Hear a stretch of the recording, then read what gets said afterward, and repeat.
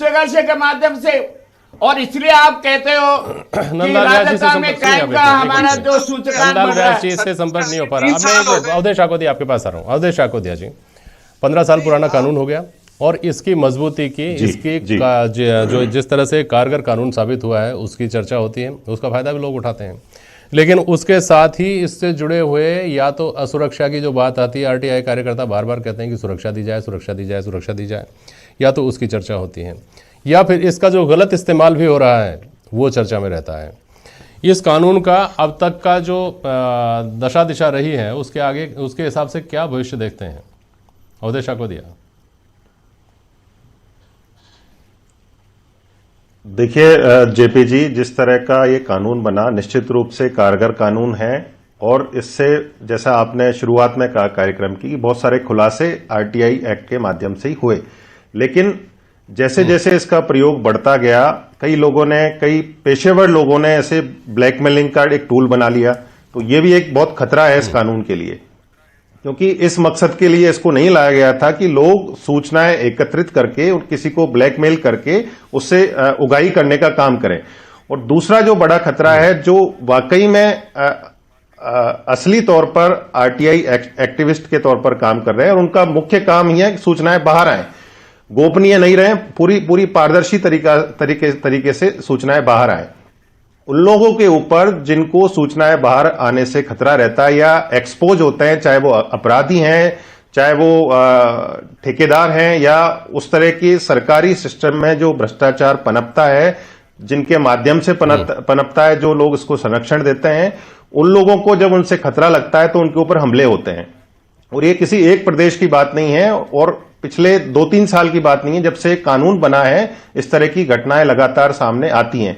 तो ये दोनों लोग बहुत खतरनाक हैं, जो इसको ब्लैकमेलिंग का टूल बना रहे हैं, और जो लोग इसको कमजोर करने के लिए कि सूचनाएं बाहर नहीं आ जाएं, इसलिए आरटीआई एक्टिविस्ट को या जो विसिल ब्लोअर हैं उनके ऊपर हमले करते हैं। क्योंकि अल्टीमेटली इन दोनों चीजों से जो कानून का मुख्य उद्देश्य है और जो लोगों के ऊपर भरोसा है वो कमजोर होता है और वो टूटता है। और यदि इस तरह से ये घटनाएं लगातार होती रहीं तो ये कानून जिस मकसद के लिए लाया गया था वो अधूरा रहेगा, लोगों का भरोसा इससे टूटता रहेगा।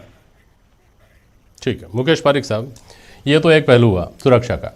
दूसरा पहलू आरटीआई कानून की प्रासंगिकता को ही कमज़ोर करता है, और वो ये है कि अगर सूचना नहीं दी जाती है, सूचना देने से मना कर दिया जाता है, टालमटोल की जाती है, तो तरीका एक ही बचता है कि आयोग में जाइए, शिकायत करिए। आयोग में 2-2 साल 3-3 साल की तारीखें मिलती हैं। आज आप कोई वहाँ पर जाकर शिकायत करिए, मुकदमा करिए, तो उसकी तारीख मिलेगी आपको 2 साल बाद की।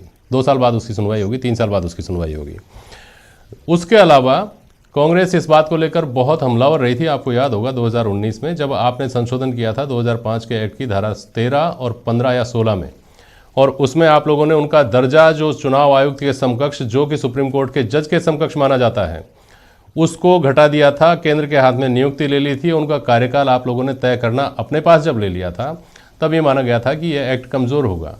अगर हम एक ऐसे एक्ट को जो सबसे ज़्यादा कारगर एक्ट आज़ादी के बाद का माना जाता है आम आदमी के लिए, उसको इस तरह से कमज़ोर करेंगे तो फिर बेहतर परिणाम की उम्मीद कैसे कर सकता है आम आदमी का? तो ये हमला तो लगातार कांग्रेस आपके ऊपर करती रही है, मुकेश पारिक साहब, आपकी पार्टी के ऊपर। देखिए, कोई भी एक्ट बनता है, अभी अवधेश जी ने बड़ा विस्तार से अच्छी बातें बताई। जब कोई भी एक्ट बनता है तो उसका विश्लेषण होता रहता है, और उसके विश्लेषण के आधार पर ही उसमें और क्या पावर बढ़ाने हैं या कम करने हैं, ये सरकार अपने अच्छे से विश्लेषण करके ही इस प्रकार के निर्णय करती है। RTI act Bharatiya Janata party हमेशा उसकी समर्थन रही है। भारतीय जनता पार्टी के शासनकाल में ही कोई भी विभाग ऐसा नहीं है कि जिसमें सूचना का जो अधिकार वाले अधिकारी की वहां पर कोई नियुक्ति नहीं हुई हो। तो हर विभाग को इसके लिए ये पाबंद किया गया, सूचनाएं मिले, इस प्रकार का हुआ। लेकिन ये बात भी सही है कि अगर इस के अंदर अब भी कोई खामियां सरकारी नंदलाल जी जुड़ गए हमारे साथ। नंदलाल व्यास जी, आपको मेरी आवाज सुनाई दे रही हो तो बोलिए। हाँ बोलिए पारिक साहब, आप अपनी बात पूरी करिए। तो जो बातें आरटीआई एक्ट जिस उद्देश्यों को लेके बना था, तो उस उद्देश्यों की पूर्ति के लिए अगर इसमें और भी अभी कोई खामियां रहती है तो निश्चित रूप से उसका विश्लेषण होना चाहिए। विश्लेषण उसके होने के बाद उसको और मजबूत होना चाहिए। अरे आपकी केंद्रीय मोदी की सरकार ने तो यूपीए की सरकार में जो चुनाव आयुक्त का दर्जा था वो सुप्रीम कोर्ट के चीफ जस्टिस का बराबर था। एक मिनट सुनिए नंदलाल जी, तो आपको मेरी law आवाज़ and सुनाई दे रही है क्या? नंदलाल व्यास जी, एक मिनट सुनिए। मुकेश पारिक साहब, व्यास जी अगर सुन पा रहे हैं तो मैं व्यास जी, आपको आवाज़ सुनाई दे रही है क्या? हाँ जी। व्यास जी, आपको मेरी आवाज़ सुनाई दे रही है ना? हाँ जी, आ रही है, आ रही हाँ, है। आप लोग सुरक्षा की मांग करते हैं। सबसे बड़ा कंसर्न आप लोगों का सुरक्षा का है, आरटीआई कार्यकर्ताओं का। अब समस्या ये है, अगर सरकारें सुरक्षा देना भी चाहें तो आरटीआई कार्यकर्ता की परिभाषा क्या है? कौन आरटीआई कार्यकर्ता होता है? किसको हम आरटीआई कार्यकर्ता सिस्टम माने और उसको सुरक्षा प्रोवाइड कराए, और किस वक्त सुरक्षा प्रोवाइड करे?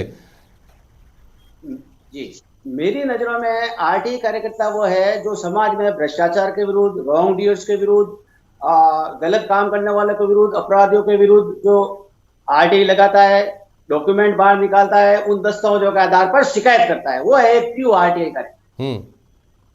तो वो कब काम अब ऐसे हाँ, हाँ, अब ये जो काम जो व्यक्ति कर रहा है, जो सूचना के अधिकार का उपयोग करके हाँ, उनके आधार पर कार्यवाही करता है, वह है आरटीआई।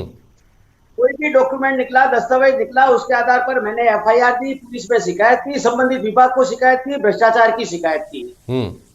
अब वो शिकायत पर कार्यवाही तो होती नहीं है। उल्टे ये लोग, पुलिस है या दूसरे विभाग है, ये उन लोगों को बता देते हैं कि आपकी ये शिकायत फलानी ने की है, जिसका असर ये बाड़मेर में अमरा राम के साथ जो प्राणघातक हमला किया गया। मैं आपको एक उदाहरण देना चाहूंगा कि शराब की दुकान मेरे यहाँ रोड पे घर के बाहर है। मैंने शिकायत की 8 बजे के बाद में यहाँ अवैध शराब बिकती है। व्यास जी, अब चूंकि आप पहले कनेक्ट नहीं हो पाए, बहुत सारे महत्वपूर्ण सवाल मैं करता आपसे, जो आप लोगों की ग्रीवेंस है वो सरकार तक पहुंचाने की कोशिश करता है, लेकिन मेरे को 2 सवालों का जवाब दीजिए। पहली बात तो ये जो आप लोगों के सामने चैलेंजेस हैं, बहुत संक्षेप में बोलिएगा, इनका हल क्या है? दूसरी बात, अपने आप में आरटीआई कार्यकर्ताओं में बहुत सारे लोग आरोप, इस तरह के आरोप झेल रहे हैं कि साहब वो ब्लैकमेल करते हैं, वो अपने आप में एक चैलेंज है। आरटीआई जो ट्रू एक्टिविस्ट है, आरटीआई एक्टिविस्ट हैं, उनके सामने वो बहुत बड़ी चुनौती नहीं है क्या? जी, वो तो इतनी बड़ी चुनौती है कि ये सारे एक रूप हो गए हैं। सारे भ्रष्टाचारी आपराधिक लोग, पुलिस संगठन के कुछ लोग, उन्होंने एक ये भ्रांति फैलाई है कि साहब फलाना आरटीआई कार्यकर्ता ब्लैकमेलर है। अरे साहब, मैंने क्या, मैंने एक आरटीआई लगाई, दस्तावेज निकाले और मुकदमा कराया, ठीक है ना साहब। अब उस मुकदमे में मुझे कहा जा रहा है मैं ब्लैकमेलर हूं, तो ब्लैकमेल हुआ क्यों भैया? उसने क्या ऐसा गलत काम किया? अगर मेरे पे ये आरोप है कि मैं ब्लैकमेलर हूं, तो वो जांच हो जाएगी, उस आदमी ने क्या गलत काम किया। सही है। वो तो जांच होती नहीं, और आरटीआई कार्यकर्ताओं को बदनाम करने का एक सुनियोजित प्रयास किया गया है। ठीक है, ठीक है, बहुत शुक्रिया आप सभी का, नंदलाल व्यास जी, और आप सभी मेहमानों का बहुत बहुत शुक्रिया आज प्राइम डिबेट में शामिल होने के लिए। आज के लिए बस इतना ही, नमस्कार।